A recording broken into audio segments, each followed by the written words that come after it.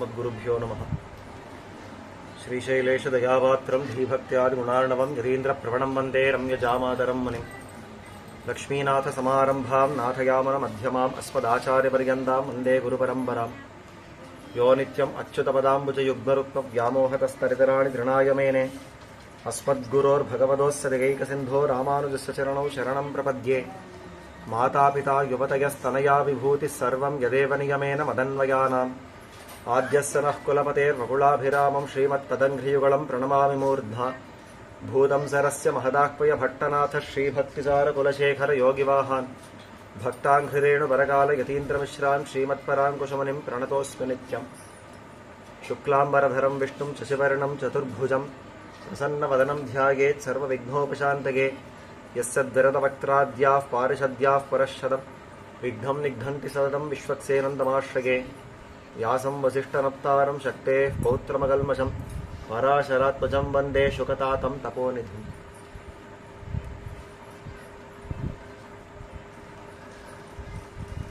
ஸ்ரீயப்பதியான சர்வேஸ்வரன் நாம் எல்லோரும் உஜ்ஜீவிக்க வேணும் அப்படின்ற ஒரு காரணத்துக்காக பல விதமாக கிருஷிகளை பண்றோம். முதல்ல நமக்கு இந்த பிரளய காலத்துல சரீரமே இல்லாத போது ஒரு வியாபாரத்தையும் பண்ண முடியாது அப்படின்றபடியாலே, ஒரு விஷயத்திலையும் செயல்பட முடியாது அப்படின்ற ஒரு படியாலே தான் நமக்கு இந்த கரண கலேபரங்கள் சொல்லக்கூடிய உடம்பு, இதுக்குள்ள இருக்கிற புலன்கள் இதெல்லாவற்றையும் கொடுக்குறான். இந்த உடம்பு இருந்தாதான் நாம செயல்படவே முடியும். இப்போ எல்லாரும் பூ தொடுக்கிறோம் அப்படின்னா கை இருந்தாதானே, கண் இருந்தாதானே, இந்த மாதிரியான புலன்கள் இருந்தாதான் நம்ம ஒரு காரியத்தையே பண்ண முடியும். அதே மாதிரி இந்த புலன்களை கொடுத்தா மட்டும் பிரயோஜனம் இல்லை.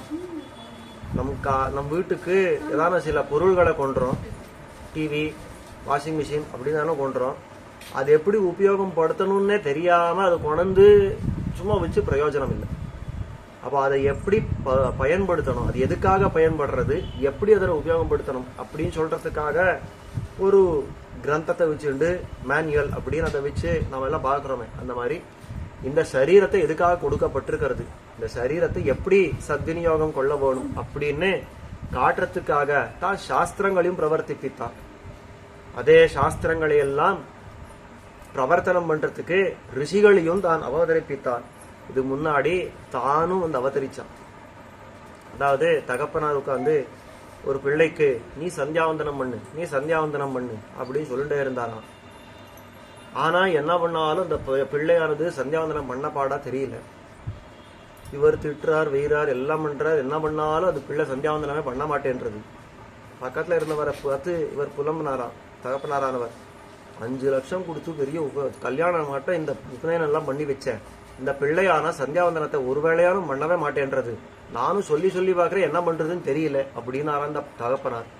அதுதான் பக்கத்துல இருந்தவர் கேட்டார், நீர் பண்றீரா, முதல்ல நீரே பண்ணாம உன் பிள்ளை உட்காந்து நீ பண்ணு அப்படின்னு தோச்சுட்டே இருந்தா அந்த பிள்ளை பண்ணாது. இந்த தகப்பனார் பண்ணா தன்னாடே இந்த பிள்ளை பண்ண ஆரம்பிச்சிடும் அப்படின்னு சொல்றாள். அந்த மாதிரி பெருமாள் பார்த்தார், இந்த பிள்ளைகளுக்கு எல்லாம் இந்த மாதிரி இருன்னா முதல்ல இருந்து காட்டினா தானே அந்த பிள்ளை அப்படி இருக்கும். ஆனபடியாலே அந்த சாஸ்திர மரியாதையிலே தான் நடந்து இந்த சேத்தனர்களை எல்லாம் நல்வழிப்படுத்த வேணும் அப்படின்றதுக்காக தான் பலபடியாக அவதரித்தான். அதுக்கு மேல ரிஷிகளை எல்லாம் அவதரிப்பித்து தன்னுடைய செயல்களை எல்லாம் தான் இந்த கிரந்தங்களா எழுதி வைக்க பண்ணான். இப்படியாக பல கிருஷிகளை பண்ணின அந்த எம்பெருமான். அந்த பண்ணின கிருஷி பரம்பரையில முக்கியமானதொன்னு இந்த சாஸ்திரங்களை பிரவர்த்திப்பித்தது. அந்த சாஸ்திரங்கள் கொண்டுதான் அந்த எம்பெருமானை அறிய முடியும், அந்த எம்பெருமானை சேர முடியும். மனு தர்ம சாஸ்திரத்துல ஒரு வாக்கியம் சொல்லப்பட்டது, வேதோக்கிலோ தர்ம மூலம். மொத்தமான அந்த வேதம் இருக்கிறது, வேத ராசி இருக்கிறதே, அதுதான் தர்மத்துக்கெல்லாம் மூலம் அப்படின்னு காட்டுறது. தர்மம்னா என்ன? தர்மம்னா தாரியத்தே, நம்மால தரிக்கப்படுறது, அதுக்குதான் தர்மம்னு பேர். நாம சில காரியங்களை பண்றோம், அந்த சில காரியங்களை நாம ரொம்ப முக்கியமா தரிக்கிறோம், இது கட்டாயமா பண்ணி ஆகணும் அப்படின்னு சில காரியங்களை நாம தரிக்கிறோம்னா அதுக்குதான் தர்மம்னு பேர். அந்த தர்மங்கள் எல்லாம் நாம எங்க கத்துக்கலாம், எங்க தெரிஞ்சுக்கலாம் அப்படின்னா அதுதான் வேதத்துல சொல்லப்பட்டிருக்கிறது. வேதோகிலக தர்ம மூலம் அப்படின்னு காட்டுறது. அப்ப அந்த வேதமானது தர்மத்தை எல்லாம் நமக்கு சொல்லி கொடுக்கிற ஒரு கிரந்தமா இருக்கிறது, நூலா இருக்கிறது. வேத நூல் ஓதுவின்னது உண்மையல்லது இல்லை என்றால் ஆழ்வார். அந்த வேதம் சொன்னது ஒண்ணுமே பொய்யாகாது. அது ஒரு விஷயத்த சொல்லி இருக்கிறதுன்னா அது முற்றிலும் உண்மையா தான் சொல்லும். அப்பேற்பட்ட அந்த வேதமானது நிறைய விஷயங்களை சொல்றது. நமக்கெல்லாம் பார்த்து இந்த மாதிரி இரு, இந்த மாதிரி இரு, இதை பண்ணு, இதை பண்ணாத, இந்த எம்பெருமான இப்படி சேவி அப்படின்னு பல விதமா காட்டி கொடுக்கறது. ஆனால் நமக்கு அந்த வேதத்தை கொண்டு நேர அர்த்தங்களை தெரியறதுக்கு சாமர்த்தியம் உண்டோ அப்படின்னா கிடையாது. அப்ப என்ன பண்ணலாம்? அந்த வேதத்தை நாம அறிந்து கொள்ள வேணும் அப்படின்னால் அதுக்கு சில சாமர்த்தியங்கள் வேணும், அதுக்கு சக்திகள் வேணும். ஆனா அது நம்ம கிட்ட கிடையாது. அப்படின்னா என்ன பண்ணலாம் அப்படின்னா, புரியறதுக்காக ஒரு விஷயம் சொல்றேன். இந்த காலேஜ்ல எல்லாம் பாக்குறோம், பிள்ளைகள் எல்லாம் படிக்கிறதுக்குன்னு ஒரு இத்தனை பெரிய தடிமனா புஸ்தகம் கொடுத்துவோம். அதுக்கு டெக்ஸ்ட் புக் அப்படின்னு பேர். அதுல என்ன இருக்கும்? இப்போ கெமிஸ்ட்ரி ஒரு உதாரணம் எடுத்துக்கலாம். கெமிஸ்ட்ரி ஒரு உதாரணம் எடுத்துக்கலாம்னா அதுல இந்த கெமிக்கல் இருக்கும், இந்த கெமிக்கல் சேர்ந்தா இந்த நடக்கும், அது நடக்கும், இந்த மாதிரி இருக்கும். எல்லாம் அதுக்கு என்ன வேணுமோ அதெல்லாம் எழுதி வச்சிருப்போம் அந்த டெக்ஸ்ட் புக்ல. அதை படிச்ச மாத்திரத்துல நமக்கு எல்லாம் புரியுமா? அதுதான் புரிய மாட்டேன்றது. ஆனபடியால என்ன பண்றான்னா, அந்த டெக்ஸ்ட் புக்கை எழுதின அவரோ அல்லது அந்த டெக்ஸ்ட் புக்கை படித்தவர்களோ இன்னொரு ப்ரொஃபசர் யார் இருக்காளோ அவ உட்காந்து ஒரு ஸ்டெப் பை ஸ்டெப் மேனுவல் எழுதுறான். 1 இந்த காரியத்தை எடுத்து இந்த ஒரு உபகரணத்தை எடுத்துக்கோ, 2 அந்த உபகரணத்தை எடுத்துக்கோ, 3 இந்த கெமிக்கல் இந்த ரசாயனத்தை எடுத்துக்கோ, 4 இதுக்கு இந்த காரியம் பண்ணு, 5 அது அப்படி போகும், 6 இது இப்படி வரும், 7 இது முடிஞ்சுடுத்து பாத்துக்கோ. இதுதான் டெக்ஸ்ட் புக்ல சொல்லியிருக்குன்னு. இப்போ இதுக்கு மேனுவல், லேப் மேனுவல்னு பேர். இந்த லேப் மேனுவல்ல இருக்கிறத பார்த்தால் அது அப்படியே ஒன்னு நம்ம அதை பார்த்து அதை கடைபிடிச்சுட்டா இதுதான் ஒரு பலமா கிடைக்கும், இந்த மாதிரி பண்ணா இதுதான் பலமா கிடைக்கும் அப்படின்றத பிரத்யட்சமா பார்க்க முடியும் நம்மால. இதே விஷயம் தான் டெக்ஸ்ட் புக்ல சொல்லப்பட்டிருந்தது. இதெல்லாம் முடிச்சுட்டு அப்புறம் டெக்ஸ்ட் புக் எடுத்து பார்த்தா நல்லா புரியும், சட்டுன்னு புரியும். ஏன்னா இதே விஷயம் தான் அங்க சொல்லப்பட்டிருக்கிறது. ஆனா முதல்ல நமக்கு தெரிஞ்சுக்கிறதுக்கு வாய்ப்பு உண்டாச்சோம், அது கிடையாது. தெரியறதுக்கு அந்த சாமர்த்தியம் கிடைக்கல. அதெல்லாம் கிடைக்கணும்னா அதே விஷயத்தை நமக்கு புரியற பாஷையில் சொல்லணுமோ இல்லையோ, அதுக்குதான் உபபிரம்மணம்னு பேர். உபபிரம்மணம்னா முக்கியமான ஒரு வஸ்துவை, ஒரு விஷயத்தை நமக்கு விளக்கக்கூடியது. அப்போ வேதங்களையெல்லாம் நாம் எப்படி தெரிஞ்சுக்கலாம் அப்படின்னா உபபிரம்மணங்களாலே தெரிஞ்சுக்கலாம். உபபிரம்மணம் அப்படின்னா வேதத்துக்கு என்னவா இருக்கிறது அதான் காட்டுறார். வேதார்த்தம் அறுதியிடுவது ஸ்மிருதி இதிகாச புராணங்களாலே அப்படின்னு பிள்ளலோகாச்சாரியர் அப்படின்ற ஒரு மகாச்சாரியர் அவர் காட்டி கொடுக்கிறார். வேதார்த்தம் வேதத்தினுடைய அர்த்தங்கள் அதெல்லாம் நாம் அறுதியிடுவது, அதை நாம் நிர்ணயம் பண்ண வேண்டியது ஸ்மிருதி இதிகாச புராணங்களாலே. அதுல வேதத்தை முதல்ல 2 பாகமா பிரிக்கிறார். பூர்வ பாகம், உத்தர பாகம். முதல் பாகம், 2ஆம் பாகம்னு பிரிக்கிறார். முதல் பாகம் எல்லாம் என்ன பண்றது, என்ன சொல்றது அப்படின்னாக்கா, அந்த எம்பெருமானுக்கு எப்படி பூஜை பண்ணணும், எப்படி எல்லாம் திருவாராதனம் பண்ணணும் காட்டக்கூடியது பூர்வ பாகம், பகவத் ஆராதன பரம். அந்த பூர்வ பாகத்தாலே யார் பூஜை கொள்றான், திருவாராதனமா சொல்லிடுத்து, இந்த மாதிரி காரியங்கள் பண்ணு, இந்த மாதிரி யஜ்ஞங்கள் எல்லாம் பண்ணு நல்லா சொல்லிடுத்து, விரிவா சொல்லிடுத்து பண்ணுட்டேன். கடைசியில இந்த யஜ்ஞத்தாலே யார் பூஜிக்கப்படுறா அப்படின்றத தெரிஞ்சுக்கணுமா இல்லையோ, அந்த யார் அதனால பூஜிக்கப்படுறான்னு சொல்லக்கூடிய அந்த விஷயம்தான் உத்தர பாகம் சொல்ற உபனிஷத்தாலே சொல்லப்படுறது. இப்போ பூர்வ பாகம் எப்படி பூசிக்க வேணும், உத்தர பாகம் யாரை பூசிக்க வேணும், இந்த 2 விஷயங்கள் தான் மொத்தமாவே இந்த வேதம் அப்படின்னு வந்திருக்கிறது. அந்த வேதத்துடைய பூர்வ உத்தர பாகங்களுக்கு இதுதான் உபபிரம்மணங்கள், ஸ்மிருதி இதிகாச புராணங்கள் அப்படின்னு காட்டுறோம். அதுல ஸ்மிருதிகள் அப்படின்னா பராசர ஸ்மிருதி, மனுஸ்மிருதி, தக்ஷ ஸ்மிருதி, ஹாரித ஸ்மிருதி, இன்னும் எத்தனையோ ஸ்மிருதிகள் எல்லாம் இருக்கிறது. இந்த ஸ்மிருதிகள் எல்லாம் என்ன பண்றதுன்னா வேதத்தினுடைய பூர்வ பாகத்தை விவரிக்கிறது. அப்ப நாம இந்த யஜ்ஞங்கள் எல்லாம் பண்ணணும், இன்னும் எத்தனையோ காரியங்கள் எல்லாம் பண்ணணும் அப்படின்னா அதுக்கெல்லாம் எது நமக்கு வழி, அதாவது வழிகாட்டுறது அப்படின்னா இந்த ஸ்மிருதிகள் தான் வழிகாட்டுறது. நம்முடைய கிரகங்கள்ல சில வழக்கங்கள் எல்லாம் வச்சுட்டு இருப்போம், பழக்க வழக்கங்கள் வச்சுட்டு இருப்போம். ஸ்ராத்தம் இப்படிதான் பண்ணணும், பெருமாளுக்கு இப்படிதான் பூசிக்கணும், இந்த கல்யாணங்கள்னா இப்படிதான் பண்ணணும், கிரகப்பிரவேசம்னா இப்படிதான் பண்ணணும், பூணல்னா இப்படிதான் பண்ணணும், இன்னும் எத்தனையோ கிரமங்கள் எல்லாம் வச்சுட்டு இருப்போம். யாரு சுவாமி சொல்லி கொடுத்திருக்கா இதெல்லாம் அப்படின்னாக்கா இதெல்லாம் தான் அந்த ஸ்மிருதிகள்ல சொல்லப்பட்டிருக்கும். ரிஷிகளாலே நிர்மாணிக்கப்பட்ட அந்த ஸ்மிருதிகள்ல இதெல்லாம் தான் சொல்லப்பட்டிருக்கும். இப்படிதான் பண்ணணும், இப்படிதான் பண்ணணும். ஏன்னா வேதம் இப்படிதான் சொல்றது. ஏன் வேதம்ன்ற நேரம் எடுத்தா நமக்கு தெரியாதுன்னா, ஆமா நமக்கு தெரியாது. அதனால தெரியறவா அதை எழுதி வச்சிருக்கான். இந்த வேதத்தை வாசித்தால் யாருக்கெல்லாம் அந்த அர்த்தம் தெரியறதோ அவ தான் அதை எழுதி வச்சிருக்கான். அப்போ அத்தனை பெரிய பெரிய ரிஷிகள் எல்லாம் எழுதி வச்சிருக்காளே, தங்கள் அந்த வேத விஷயத்தை ஞாபகம் வச்சுண்டு அதை எழுதினபடி அளவுக்கு ஸ்மிருதின்னு பேர். இப்போ பூர்வ பாகத்தினுடைய ஒரு விளக்கத்தை காட்டக்கூடியது ஸ்மிருதி. உத்தர பாகம் இருக்கிறதோ இல்லையோ, உத்தர பாகம் என்ன சொன்னேன், எம்பெருமான் யார் இந்த ஆராதனங்களால யார் பூசிக்கப்படுறா அவனுடைய வைபவம் தான் உத்தர பாகத்துல சொல்லப்படுறதுன்னு சொன்னேன்னா, யார் அது அப்படின்னாக்கா எம்பெருமான் ஸ்ரீயஸ்பதியான சர்வேஸ்வரன் ஸ்ரீமன் நாராயணன். அந்த நாராயணனுடைய வைபவம் முற்றிலும் சொல்லக்கூடியது உபனிஷத்து, வேதத்தினுடைய கடைசி பாகமான உபனிஷத்து அப்படின்ற ஒரு பாகம். அந்த உபனிஷத்தாலே எம்பெருமானுடைய வைபவம் பறக்க சொல்லப்படுறது. அவன் எப்படியெல்லாம் இருக்கிறான், இந்த பஞ்ச பிரகாரங்கள் எப்படி இருக்கிறது அப்படின்றதெல்லாம் பறக்க ஓதப்படுறது அந்த உபனிஷத் பாகத்துல. அந்த உபனிஷத் பாகத்தை விளக்கக்கூடியதுதான் இதிகாச புராணங்கள் அப்படின்னு 2 விதமான உபபிரமணங்கள். அந்த இதிகாசம் அப்படின்னா என்ன அப்படின்னா, நடந்த சம்பவம் நடந்த போதே அதை எழுதி வைக்கப்பட்டது. அவன் நடந்த, அதாவது இப்போ உதாரணத்துக்கு சொல்றேன், ராமாயணம் மகாபாரதம் இது 2 தான் நம்ம இதிகாசங்கள் அப்படின்னு கொண்டிருக்கிறோம். இந்த ராமாயணத்துக்கு கதாநாயகன் ராமன், சீதை அந்த நாயகி. அப்ப அந்த ராம சீதைகள், சீதாராமர்கள்னு வச்சுக்கோங்க, சீதாராமர்கள் வாழ்ந்த காலத்திலேயே, இன்னும் கேட்டா அவ ராஜ்யத்தை ஆண்டுண்டே இருக்கிறச்சே எழுதப்பட்டது ஸ்ரீராமாயணம். அவர்களுடைய சரித்திரத்தை எழுதப்பட்டது அதுதான் ஸ்ரீராமாயணம். அதே போல இந்த கண்ணனுடைய சரித்திரம் தான் மகாபாரதம். கண்ணனுடைய உறவுக்கார இந்த பாண்டவர்கள் கௌரவர்கள் இவா எல்லாருடைய சரித்திரம் எழுதப்பட்டதுதான் இந்த மகாபாரதம். இதெல்லாம் எப்போ எழுதப்பட்டதுன்னா அவர்கள் இருந்த காலத்திலேயே எழுதப்பட்டது. அவர்கள் அந்த சண்டை போட்ட காலத்திலேயே எழுதப்பட்டது இந்த மகாபாரத சரித்திரம். அப்போ அவர்களெல்லாம் இருக்கிறச்சேவே அப்போவே எழுதிக்கிறதுக்கு இதிகாசம்னு பேர். இன்னும் சில சரித்திரங்கள் இருக்கிறது. இப்போ மத்ஸ்யமா அவதரித்தான் பெருமாள், கூர்மமா அவதரித்தார் அப்படின்னா அவர் அவதரிக்கிறச்சவே ஓ மத்ஸ்யமா அவதரிச்சார், இப்படி இருக்கார் அப்படி இருக்காருன்னு யாரும் எழுதினாருன்னா கிடையாது. என்னைக்கோ அவதரிச்சுட்டார், இன்னைக்கு ஏதாவது புதுசா எழுதி வச்சிருக்கார். ஓ அன்னைக்கு எப்படி அவதரிச்சார், அன்னைக்கு மத்ஸ்யமா வந்தார், அன்னைக்கு கூர்மமா வந்தார், அன்னைக்கு நரசிம்மனா வந்தார், அன்னைக்கு வராகனா வந்தார். இல்ல இன்னைக்கு வராகனா வந்தார் அப்படின்னு சொல்லிக்கலாம், ஏன்னா இன்னைக்கு வராக ஜெயந்தி. அப்போ வராகரா வந்தார் அப்படின்னு எல்லாம் சொல்றது இல்லையா. இந்த மாதிரியே சொல்லக்கூடியதுதான் புராணம் அப்படின்னு சொல்லப்படுறது. புரா அப்படி நவம் புராணம். புராணம் முன்னாடி எப்போ நடந்த சம்பவத்தை இன்னைக்கு புதுசா சொல்றா. இன்னைக்கு அந்த சரித்திரத்தை புதுசா சொல்றதுக்கு தான் புராணம் அப்படின்னு பேர். அப்போ இதிகாச புராணங்களாலே வேதத்தினுடைய உத்தர பாகம்னு சொல்லக்கூடிய உபனிஷத்து விளக்கப்படுறது. இப்போ இதிகாச புராணங்களாலே என்ன சொல்லப்படுறது சுவாமின்னா, சுலபமா சுருக்கமா சொல்லணும்னா பெருமாளுடைய வைபவம் சொல்லப்படுறது.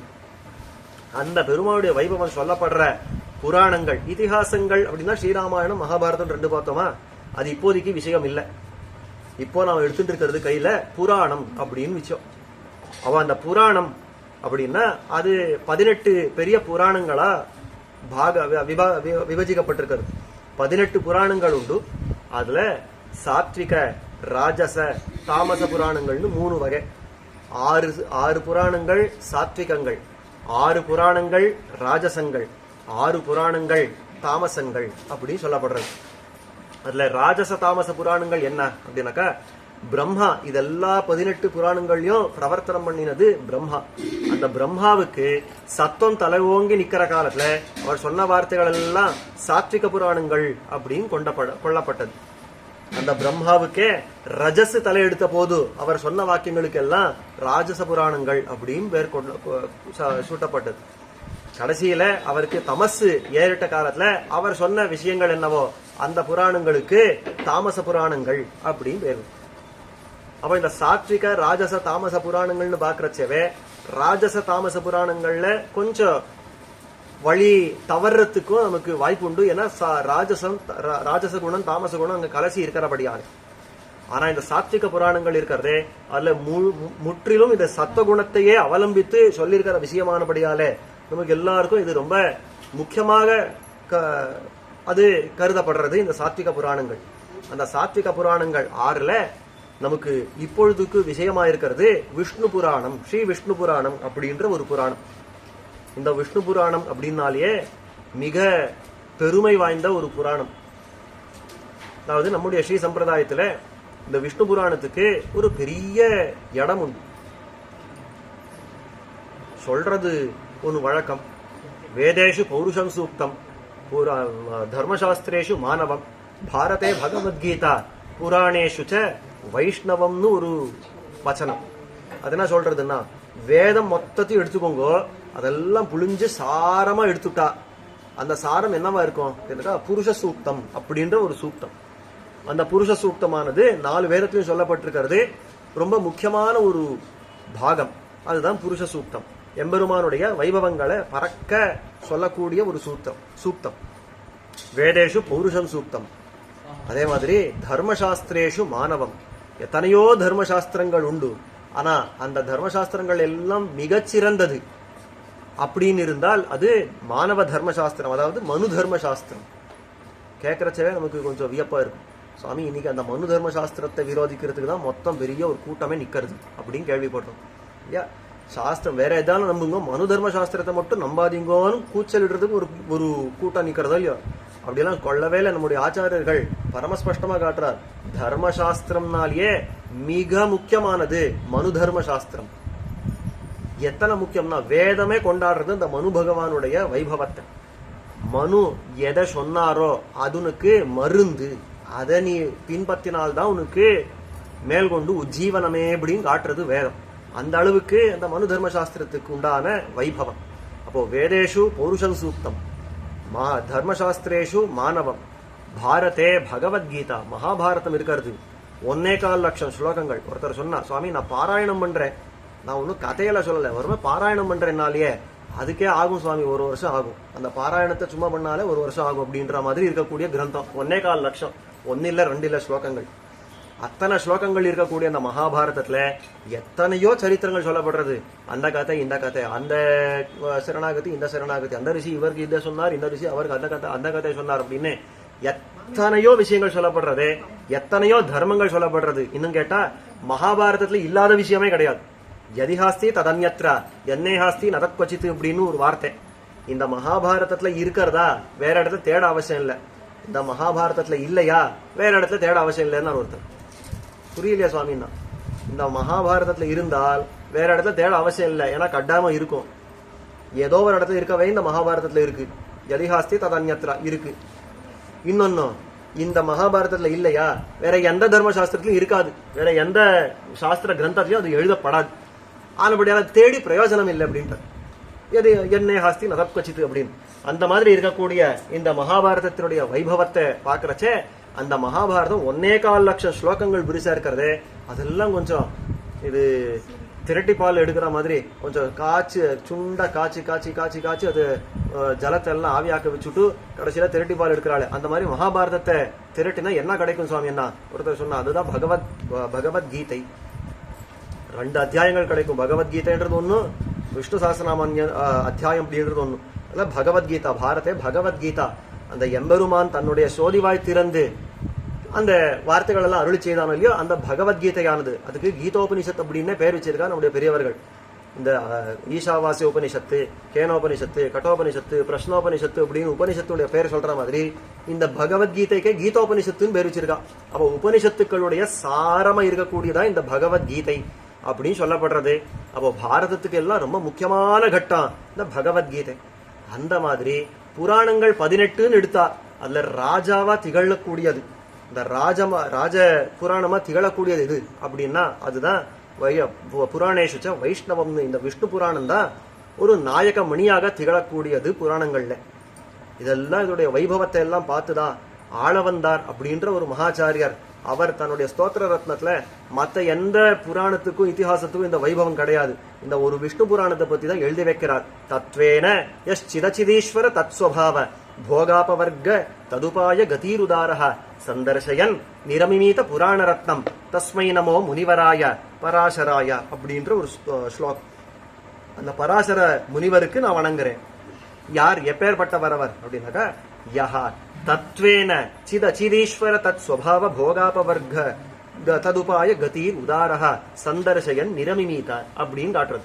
அப்போ யார் ஒருவர் இந்த சேத்தன அச்சேதன ஈஸ்வர தத்துவங்கள் அப்படின்னு இருக்கிற மூணு தத்துவங்கள், இதெல்லாம் என்ன சுவாமின்னா எல்லாம் விளக்கமா பார்க்க போறோம். சேத்தனங்கள்னா ஆத்மாக்கள், நாம் எல்லாரும் சேத்தனர்கள்னு சொல்லப்படுறோம். அச்சேதனங்கள்னா இந்த உயிர் அற்ற பொருள்கள் எல்லாம் இருக்கிறதோ இல்லையோ இதெல்லாம் அச்சேதனங்கள்னு சொல்லப்படுறது.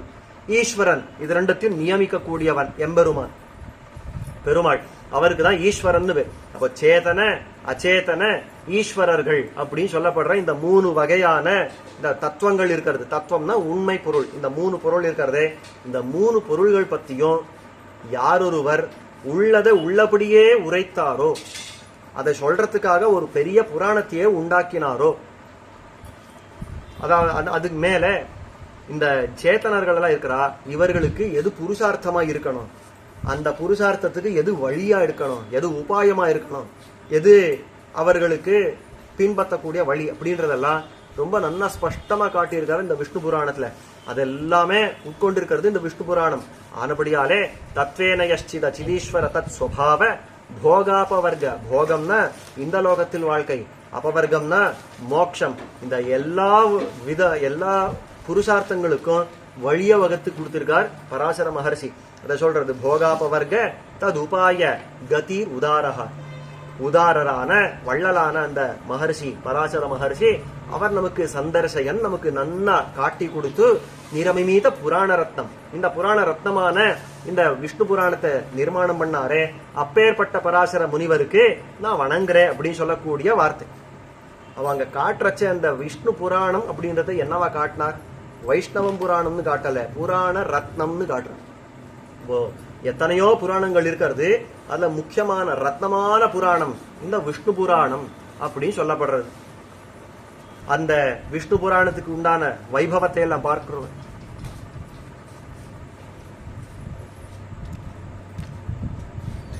அந்த விஷ்ணு புராணத்தினுடைய வைபவங்கள் எல்லாம் பார்க்கிறோமே, அப்பேற்பட்ட அந்த விஷ்ணு புராணத்தை நிர்மாணம் பண்ணினவர் யார் அப்படின்னா பராசரர். இப்போதான் சொன்னேன், பராசர மகர்ஷி. அந்த வேதவியாசருடைய தகப்பனார் தான் இந்த பராசர மகர்ஷி. இந்த பராசர மகர்ஷி அப்படின்றவர் வசிஷ்டர், வசிஷ்டருடைய பிள்ளை சக்தி, அந்த சக்தியுடைய பிள்ளை தான் பராசரர். இந்த பராசருடைய பிள்ளை தான் வேதவியாசர். நம்ம விஷ்ணு சஹஸ்ரநாம அத்தியாயம் நித்தியமே சேவிக்கிறோம். இங்க வந்தா அதுல முதல் ஸ்லோகம் என்ன சொல்றோம், வியாசாய, அதாவது வியாசம் வசிஷ்ட நப்தாரம் சக்தே பௌத்திரம் அகல்மஷம் பராசராத்மஜம் வந்தே சுகதாத்தம் தபோநிதிம் அப்படின்னு அந்த 5 பேரை நம்ம வணங்குறோம். அதாவது 5 பேரை ஞாபகம் படுத்திக்கிறோம். யார் அந்த 5 பேர் அப்படின்னாக்கா வசிஷ்ட நப்தா, வசிஷ்டருடைய கொள்ளு பேரன் அப்படின்னு இருக்கிறது. அப்போ வசிஷ்டரை நம்ம சொல்றோம். அந்த வசிஷ்டருடைய பிள்ளை சக்தி, அந்த சக்திக்கு பேரனா இருக்கிறார் இந்த பராசரர் வியாசர். அப்போ சக்தே பௌத்திரம், அதுக்கு சக்தியுடைய பிள்ளை தான் பராசர மகர்ஷி, அவருடைய பிள்ளையா இருக்கிறார். அப்பேற்பட்ட வியாசர் இவர் திரு முடி சம்பந்தம் ஆச்சா, திரு அடி சம்பந்தம் பாருங்க யாரு இருக்காருன்னா சுக தாத்தம், சுக மகர்ஷிக்கு தகப்பனா இருக்கக்கூடியவர், அவர் தான் வியாசர் அப்படின்னு கொள்றோமே. அந்த கிரமத்துல பாக்குறச்சே இந்த வியாசருடைய தகப்பனார் தான் பராசர மகர்ஷி. இந்த பராசர மகர்ஷியுடைய வைபவம் என்ன சுவாமின்னா, வேதத்துல இந்த வியாசரும் பராசர மகர்ஷியும் அவ்வளோ முக்கியமா சொல்லப்பட்டிருக்கான். சகோவாச்ச வியாச பாராசர்யா அப்படின்றது வேதம். வியாசர் ஒரு வார்த்தையை சொன்னார், அது நமக்கு பிரமாணம் அப்படின்னா, அவர் ஒரு வார்த்தை சொன்னாலே இது நமக்கு பரம பிரமாணம்னு காட்டுறது வேதம். வியாசர் ஒரு வார்த்தை சொல்லிட்டார், அவருடைய அபிப்பிராயம் ஒரு வார்த்தை சொன்னார்னா அதுதான் பரம பிரமாணம் அப்படின்னு காட்டப்படுறது. யார் சுவாமி அந்த வியாசர்? அந்த வியாசரை நம்ம எப்படி கண்டுபிடிக்கிறதுனா பாராசர்யா, பராசரருடைய பிள்ளையான வேத வியாசர். பராசருடைய பிள்ளை அப்படின்னு வேதத்துல ஒருத்தரை அடையாளம் காட்டணும்னா அந்த பராசருக்கு இருந்த பிராமாண்யம் எப்பேற்பட்டது. அப்போ அந்த பராசர மகர்ஷிக்கு எத்தனை ஏற்றம் காட்டுறது இந்த வேதமானது. அப்ப அந்த வைபவத்தோட கூடின அந்த பராசர மகர்ஷி தான் 6000 ஸ்லோகங்கள்ல தான் இந்த விஷயங்கள் எல்லாம் காட்டினார். அதாவது இந்த தத்துவ திரயத்தினுடைய விஷயம், அந்த அர்த்த பஞ்சகம் அப்படின்னு காட்டப்படுற அந்த விஷயம், இந்த விஷயங்கள் என்ன சுவாமி இதெல்லாம் அப்படின்னா கவலையே பட வேண்டாம். அப்படியே விண்ணப்பிச்ச மாதிரி இது மேல அதுதான் பார்க்க போறோம். மொத்தம் புராணத்துல அதுதான் இருக்கிறது. ஆனபடியால இதாம பார்ப்போம். அப்ப இந்த தத்துவத்ரயம், அர்த்த பஞ்சகம் அப்படின்னு எல்லாம் காட்டக்கூடிய இந்த வைபவங்கள் எல்லாம் ஒரு 6000 ஸ்லோகங்கள்ல தான் நிர்மாணம் பண்ணி காட்டிருக்கார். அதுதான் விஷ்ணு புராணம் அப்படின்னு சொல்லப்படுறது. இந்த விஷ்ணு புராணத்தால யார் சொல்லப்படுறா, புராணம்னாலே பெருமாளுடைய வைபவம் சொல்றதுன்னு பார்த்தோம் இல்லையோ. இப்போ விஷ்ணு புராணத்தாலே யார் வைபவம் சொல்லப்படுறதுன்னா கவலை, அது சந்தேகமே வேண்டாம், பேர்லயே இருக்கு விஷ்ணு புராணம், விஷ்ணு விஷயகமான புராணம் அப்படின்னு அர்த்தம். விஷ்ணு அப்படின்னாலே எல்லாத்தையும் வியாபிக்கிறவன், எல்லாவற்றையும் உள்ளையும் புறம்பும் வியாபிக்கிறவன் அப்படின்னு அர்த்தம். வேஷநாத்து விஷ்ணு சராச்சரேஷு பூதேஷு வேஷநாத் விஷ்ணு ருச்சதே அப்படின்னு காட்டுறது. இப்போ எல்லா சேத்தனங்களையும் அச்சேதனங்களையும் வியாபிச்சு நிக்கிறவனுக்கு தான் விஷ்ணு அப்படின்னு. அப்பேற்பட்ட அந்த விஷ்ணுவினுடைய வைபவத்தை காட்டக்கூடியதுதான் இந்த விஷ்ணு புராணம். இப்பேற்பட்ட புராணத்துல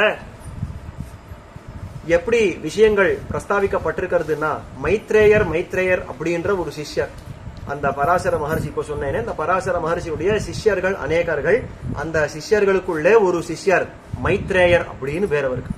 அந்த மைத்ரேயர் அந்த பராசர முனிவரை வணங்குறார். முதல்ல சேவித்து நின்று, எனக்கு இந்த சந்தேகங்கள் எல்லாம் இருக்கிறது, தேவரீர் தான் தீர்த்து வைக்க வேணும் அப்படின்னு அதை சொன்ன உடனே சந்தோஷத்தோட அந்த விஷயங்கள் எல்லாம் எடுத்து சொல்றார் பராசர மகர்ஷி.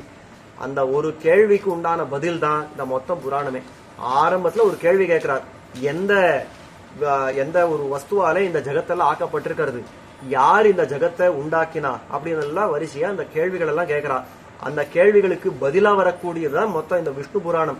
மேன்மேலும் அவர் சொன்ன இடங்கள்ல சில சந்தேகங்கள் அப்படின்னு கேட்டு அதை வளர்த்துட்ட போறார். அதுதான் இந்த விஷ்ணு புராணமா வளர்ந்திருக்கிறது. அப்படின்னா அந்த முதல் ஸ்லோகத்துல அந்த கேள்விய முதல்ல ஆரம்பிக்கிறார். நாராயணன் நமஸ்கிருத்ய நரம் செய்வ நரோத்தமம் தேவீம் சரஸ்வதீம் வியாசம் ததோ ஜெயமுதீரயத்து. ஸ்ரீ சூத உவாச்சா, சூத பௌராணிகர் சொல்றார், பராசரம் முனிவரம் கிருத பௌர்வாணிக கிரியம் மைத்ரேய பரிபப்ரச்ச பிரணிபத்ய அபிவாத்யச்ச அப்படின்றார்.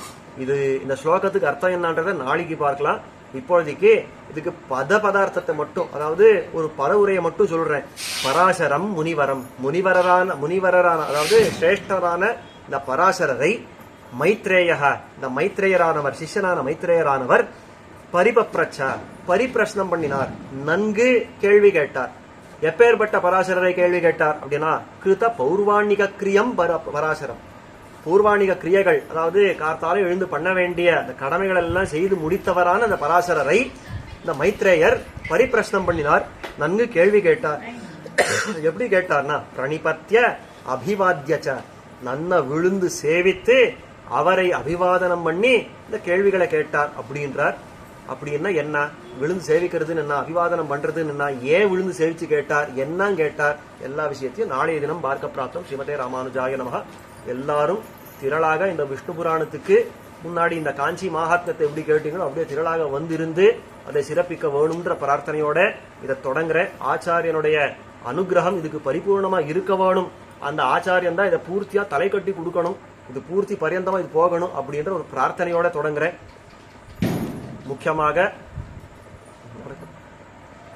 நீங்களெல்லாம் இருந்தாதான், அது நான் சௌரை பார்த்து சொல்ல முடியாது, ஆனபடியால எல்லாரும் இருந்து சொன்னாதான் எனக்கு வார்த்தையே ஓடும். ஆனபடியால எல்லாரும் வந்திருந்து, அது முதல்ல சொன்ன பிரார்த்தனை திரும்பவும் சொல்றேன், ஒருத்தர் 10 பேரை அழிச்சு வாங்க அப்படின்னு சொல்லி அந்த பிரார்த்தனையோட அப்படி நிற்கிறேன். இது இந்த விஷயத்தை மேற்கொண்டு யதாவகாசம் பார்க்க பிராப்தம். சிவதே ராமானுஜாயனம்.